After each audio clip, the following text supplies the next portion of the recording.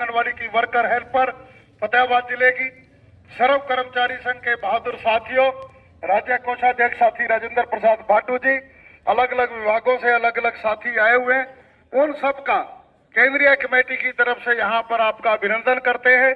जो आपने आज सहयोग करा है आंगनवाड़ी वर्कर हेल्पर यूनियन की 85वें दिन की हड़ताल का, हम उसका आभार प्रकट करते हैं। आज के इस मंच के माध्यम से पूरे शहर में प्रदर्शन करते हुए हमने इस सरकार के खिलाफ नारे लगाए हैं और अपने समर्थन में बात करी है जनता के बीच में। तो मैं आपका अभिनंदन करता हूं और बड़ी हिम्मत और जो दाद आप दे रहे हो लगातार 85वें दिन में हरियाणा में एक नया इतिहास रचा जा रहा है एक एक दिन के बाद, उसकी भी क्रांतिकारी बधाई आप सभी बहनों को।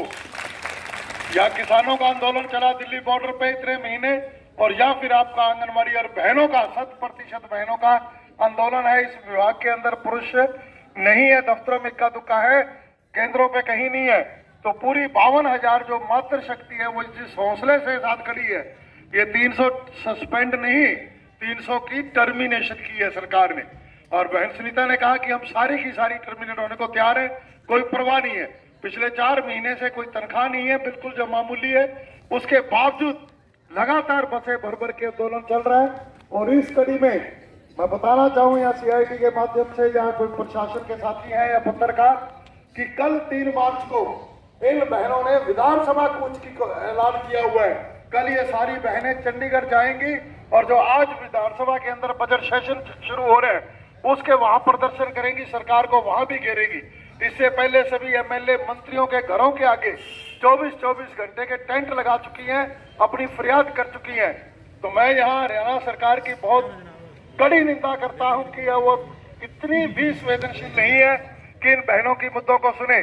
और अभी 3-4 दिन पहले एक बयान आया माननीय मुख्यमंत्री का, मैं उसकी घोर निंदा करता हूं। उसका बयान आया कि आंगनवाड़ी कार्यकर्ता वर्कर जो है ये कर्मचारी नहीं है। बहुत खूब कही मुख्यमंत्री जी, कर्मचारी नहीं है तो 70 रजिस्टर क्यों दे रखे इनको? अगर समाज सेवा वॉलंटियर होती है, वॉलंटियर का मतलब होता है अपनी इच्छा से, हम इच्छा से 2 घंटे जाएं 4 घंटे जाएं, वो है इच्छा से वॉलंटियर सेवा। कोई गुरुद्वारे में करके आए, कोई मंदिर में करके आए, कोई स्कूल में करके आए, कहीं करे आए। परंतु आपने ये टर्मिनेशन क्यों करी है? ये टर्मिनेशन कर्मचारी के लिए यूज होता है। आप कहते हो कर्मचारी नहीं है और दूसरा कहते हैं कि हर जिद पूरी नहीं हो सकती। ऐसी कौन सी जिद करी है जो आप लोगों ने घोषणा करी? घोषणा नहीं, आपने तालियां बजवाई टेलीविजन पे, मोदी ने वोट लिए 19 में पूरे देश की आंगनवाड़ी वर्कर से। आपके सरकार ने घोषणा करते हुए कहा कि 1500 बढ़ा रहे हैं, 700 750 हेल्पर के बढ़ा रहे हैं और अच्छी दिवाली मनाए आप, ये घोषणा करी प्रधानमंत्री ने, वो क्यों नहीं लागू हुआ? जबकि 20 राज्यों में वो लागू हो चुकी है ये घोषणा। इसी प्रकार हरियाणा की विधानसभा के अंदर जो सबसे बड़ा मंदिर आप कहते हो, उसके अंदर आपने घोषणा करी कि इनको कुशल अकुशल जो मजदूर का दर्जा दिया जाता है, हर 6 महीने के बाद डीए की तरह इनका भी तनख्वाह बढ़ेगी। और अपनी ही घोषणा को ये कहते हैं कि जिद हमारी नहीं है, जिद तुम्हारी है। जो अपनी घोषणाओं को, अपनी बातों को लागू नहीं कर रहे हो। 4-4 साल हो गए, कितनी बार आंदोलन कर दिए, कितनी बार आपने वादे कर दिए, हाँ बस अभी लागू करेंगे, अभी लागू करेंगे। और अब जब ये 85 दिन से डटी खड़ी है तो आप कहते हैं कि ये घोषणाएं, ये जिद कर रही है, ये कर्मचारी नहीं है। इससे घटिया मुख्यमंत्री का बयान नहीं हो सकता, हम उसकी निंदा करते हैं। दूसरा मैं कहना चाहता हूं कि अगर ये तो कर्मचारी नहीं है मान लिया, आप क्या लोग हो? राजनीतिक लोग, मेरी जनता के साथी भी सुन रहे हैं, यहाँ प्रशासन सुन रहे हैं, कि कुछ संविधान, कुछ नियम अपने भी बता दो हमें कि जो राजनीति करते हैं। अगर तो आप कर्मचारी हो, तनख्वाह लेते हो, भत्ते लेते हो, तो कोई आपके भी नियम खाते होने चाहिए। क्या क्वालिफिकेशन होगी, आपकी उम्र क्या होगी चुनाव लड़ने की, आपकी पढ़ाई लिखाई कितनी होगी, कितने बच्चे होंगे आपके, क्या कुछ होगा, उसके कुछ रूल बना के बताए जनता के बीच में ये है। और अगर आप कहते हो कि हम कर्मचारी नहीं है, हम तो प्रतिनिधि हैं, जनता के सेवक हैं, तो अगर आप सेवक हो तो एक मुख्यमंत्री की और मंत्रियों की लाखों की तनख्वाह किस बात की? सेवक की तनख्वाह नहीं होती। आपके शब्द है कि ये कर्मचारी नहीं है, सेवा कर रहे हैं।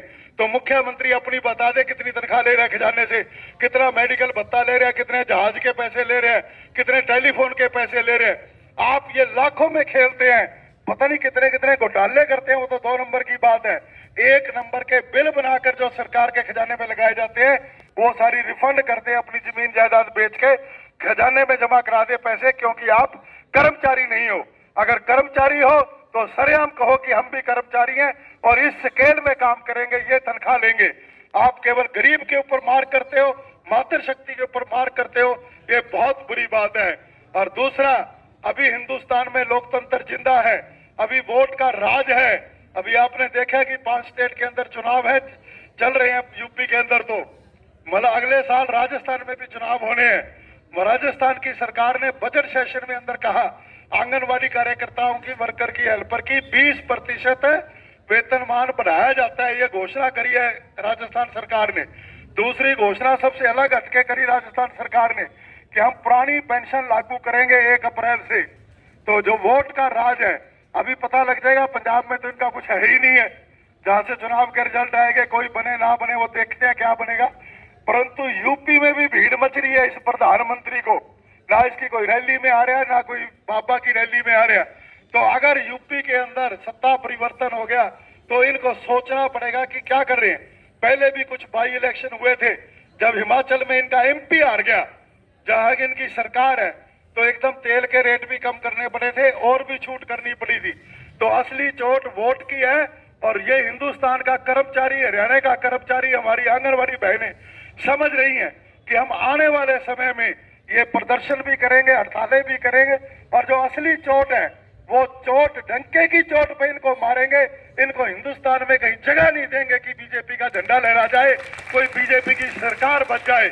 अगर यूपी के बाद ही हो जाते हैं तो इसीलिए समय रहते आप जनता के नुमाइंदे हो, जनता के लिए चुने गए हो और जनता के पैसे से तनख्वाह ले रहे हो, जनता के पैसे से अपनी ऐशो आराम करा रहे हो। अभी मेरा एक साथी बोल गया 1600 करोड़ के जहाज लिए दो मोदी ने, 1600 नहीं 16,000 करोड़ के। 8,000 करोड़ का एक जहाज है जो 16,000 करोड़ के है, और वो खड़े हैं बिल्कुल। यूक्रेन में हमारे बच्चे पढ़ रहे हैं, उनको लाने के लिए नहीं जा रहे वो जहाज, वही खड़े है वो। तो सरकार कोई प्रबंध नहीं करके दिया। अभी एक क्लिप देखी मैंने टीवी पे, ऐसा ही गोदी मीडिया है, एक क्लिप देखी है, मेरे पास है, दिखा दूंगा। उसके नीचे लिखा हुआ है कि भारत के प्रधानमंत्री मोदी ने यूक्रेन में मरे हुए बच्चे से बात की।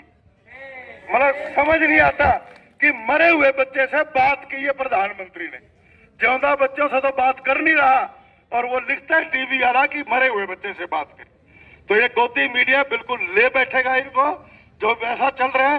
तो हम इसकी निंदा करते हैं और सभी मांगों का, आंगनबाड़ी की प्राथमिकता है। ये बहनें 85 दिन से हड़ताल पे है। हम ये मांग करते हैं कि इनकी जल्दी समझौता किया जाए, और जो घोषणाएं प्रधानमंत्री ने, मुख्यमंत्री ने करी है, उनको ईमानदारी से लागू किया जाए। और जितनी भी उत्पीड़न की कार्रवाइयां हैं, चाहे वो टर्मिनेशन है, सस्पेंशन है, और चाहे कुछ और काम है, झूठे मुकदमे दर्ज हैं अलग अलग जगह पे, वो सारे रद्द करते हुए इनके साथ समझौता किया जाए। और जो इनका काम है बिल्कुल ग्राउंड लेवल पे, बच्चा पैदा होने से पहले इनका काम शुरू होता है। जच्चा बच्चा, जब किसी माँ के पेट में बच्चा है, उसी टाइम बच्चे को संभालने का, उस गर्भवती स्त्री को संभालने का इनका काम है। तो धरती पे आने से पहले जिस बच्चे को ये संभाल रही है, उनमें कोई ज्यादा रुकावट ना आए, लंबी। हम नहीं चाहते हरियाणा की जनता को परेशानी हो, तो इनसे समझौता करके, बातचीत करके इनको अपने काम पे बिठाए। पहले भी बहुत काम है, ये और भी काम करेंगी ईमानदारी से। दूसरी बात, हम ये जो नई पेंशन स्कीम की बात कह रहे हैं, इसकी हम लगातार विरोध करते हैं और मांग करते हैं ओपीएस लागू हो। ऐसी घोषणाएं करके और लागू करके और तुम अपना बिस्तरा समेटते रहो, ये हम बिल्कुल ने करनी है, कांग्रेस ने करनी है, किसी और ने करनी है। माहौल बदला है। अखिलेश ने यह कहा है कि मैं आते ही पुरानी पेंशन स्कीम लागू करूंगा। जैसे ही राजस्थान में घोषणा हुई है, झारखंड के मुख्यमंत्री ने लेटर जारी कर दिया कि मैं लागू करूंगा, महाराष्ट्र की सरकार ने लेटर जारी कर दिया कि मैं लागू करूंगा। तो इस प्रकार एक वातावरण बन रहा है पूरे देश के अंदर। केरला और तमिलनाडु पहले ही कर चुके हैं ऐसी घोषणाएं। ये खुली चेतावनी है सरकार के नाम। तो आज मैं इतना ही कहते हुए कि जो सर्व कर्मचारी संघ ने निर्णय लिया, आज ये केवल फतेहाबाद का प्रदर्शन नहीं है, हरियाणा के 22 जिलों के अंदर ये प्रदर्शन हो रहे हैं। सर्व कर्मचारी संघ, सीआईटीयू, रिटायर्ड कर्मचारी संघ सभी मिलकर दमन विरोधी दिवस मना रहे हैं और मुख्यमंत्री को प्रशासन के माध्यम से ज्ञापन भेजना चाहते हैं कि आप इनकी बात सुन लीजिए, वरना ये लड़ाई आगे बढ़ेगी। धन्यवाद।